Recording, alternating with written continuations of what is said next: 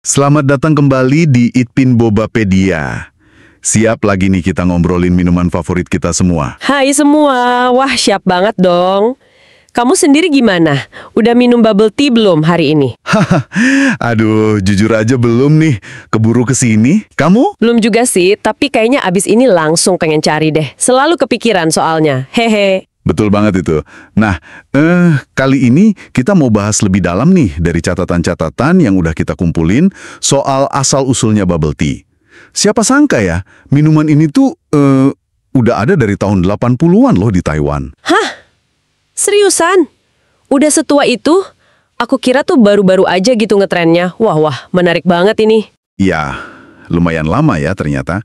Dan yang menarik dari sumber-sumber ini, ternyata ada 2 kedai teh gitu di Taiwan yang sama-sama ngaku kalau mereka lah yang pertama kali nemuin bubble tea. Ada Chun Sweet Tang di Taichung, sama satu lagi Hanlin Tea House di Tainan. Ini jadi rame loh perdebatannya di sana. Wah, kok bisa gitu? Dua-duanya ngaku pertama. Terus gimana ceritanya masing-masing? Siapa yang duluan katanya? Oke, jadi gini. Kalau dari versi Chun Sweet Tang, itu ceritanya sekitar tahun 87. Katanya sih, ada staf mereka, namanya Lin Xiu Hui, dia lagi iseng aja gitu pas rapat, nyampurin Fenyuan. Fenyuan? Apa tuh Fenyuan? Itu loh, kayak bola tapioka manis gitu, khas Taiwan. Nah, dia campurin itu ke es teh susunya, ternyata teman-temannya pada suka. Oh, jadi gara-gara iseng aja gitu ya? Terus langsung dijual? Iya, katanya sih gitu. Akhirnya minuman itu resmi dijual. Namanya Chenzu Naicha, artinya teh susu mutiara. Kenapa mutiara? Soalnya pearl hitam yang mereka pakai itu kan kenyal, terus berkilau gitu. Jadi kayak mutiara hitam. Unik ya namanya. Lucu banget. Mutiara hitam ya. Terus kalau yang Hanlin Tea House gimana ceritanya? Katanya dia lebih dulu. Nah, kalau versi Hanlin ini, mereka klaimnya tahun 86. Jadi setahun lebih awal. Katanya pemiliknya, namanya Tu Zonghe, pas lagi jalan-jalan di pasar Yamuliao, dia lihat ada yang jual pearl tapioka, tapi warnanya putih. Putih? Bukan hitam? Iya, awalnya putih katanya. Nah, dari situ dia dapat ide. Dibelilah itu pearl putih, terus dimasak, dicampurin ke teh susu. Oh, jadi awalnya putih ya warnanya? Aku baru tahu loh. Menurut versi ini sih gitu. Karena putih mirip mutiara, dia juga namain minumannya Chenzu Naicha. Terus, catatannya juga bilang, baru belakangan perlunya ditambahin gula merah, makanya warnanya jadi hitam kecoklatan kayak yang sekarang sering kita lihat. Wah, keren banget sih idenya. Nyampurin makanan kenyal ke minuman. Aku tuh ya, penggemar berat bubble tea. Rasanya tuh ada yang kurang gitu kalau minum tapi nggak pakai pearl. Selalu pesen, kadang malah minta tambah pearl. Serius deh, kalau dapat pearl yang enak, yang kenyalnya pas gitu, wah itu bisa bikin happy seharian. Beneran? Iya banget. Tekstur pearl itu emang kunci kenikmatannya ya. Nah, gara-gara dua-duanya ngaku pertama ini, mereka sampai berantem di pengadilan gitu. Lumayan lama loh katanya sampai 10 tahunan gitu. Hah? 10 tahun? Gila, serius banget ya? Kayak drama perebutan tahta boba gitu ya? Terus gimana akhirnya? Siapa yang menang? Nah, ini bagian menariknya. Pengadilan akhirnya mutusin kalau bubble tea itu kayak minuman kreasi baru aja gitu. Jadi nggak bisa dipatenkan sama satu pihak. Artinya, ya siapa aja boleh bikin, boleh jual. Oh. Dan justru katanya, keputusan ini yang malah bikin bubble tea jadi gampang nyebar dan akhirnya jadi kayak minuman nasional gitu di Taiwan. Wah, syukurlah ya nggak dipatenkan. Coba kalau dipatenkan satu pihak, mungkin kita nggak bisa nikmatin macam-macam rasa bubble tea yang kreatif kayak sekarang ini kan?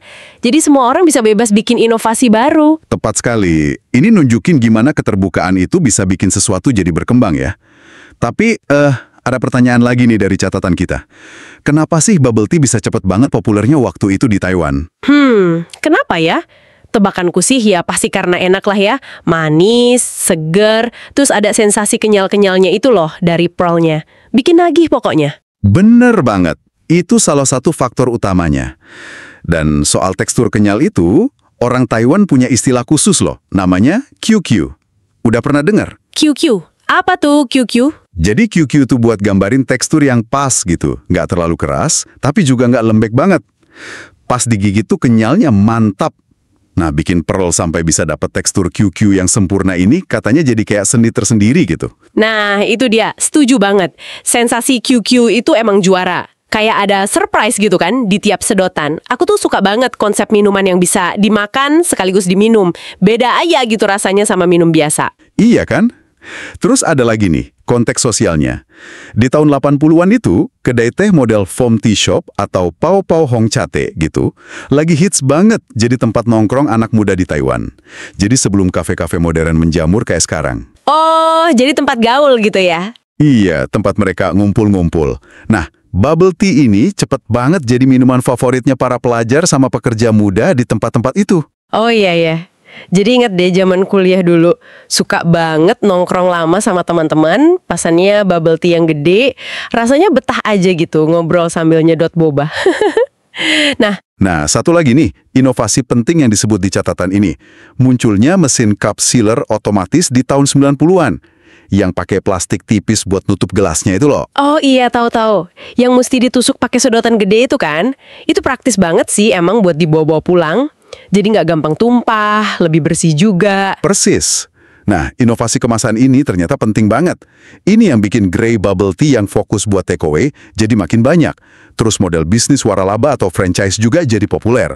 Penyebarannya jadi makin cepat deh di Taiwan. Wah, jadi kalau dirangkum, perjalanan bubble tea ini lumayan kompleks ya. Mulai dari ide iseng, terus ada perdebatan siapa penemunya, sensasi unik QQ itu, didukung sama budaya nongkrong, sampai akhirnya ada inovasi kemasan. Semua ngaruh ternyata. Betul sekali. Jadi, ya, dari penelusuran singkat kita di catatan-catatan ini, kelihatan banget kalau bubble tea itu bukan cuma minuman biasa.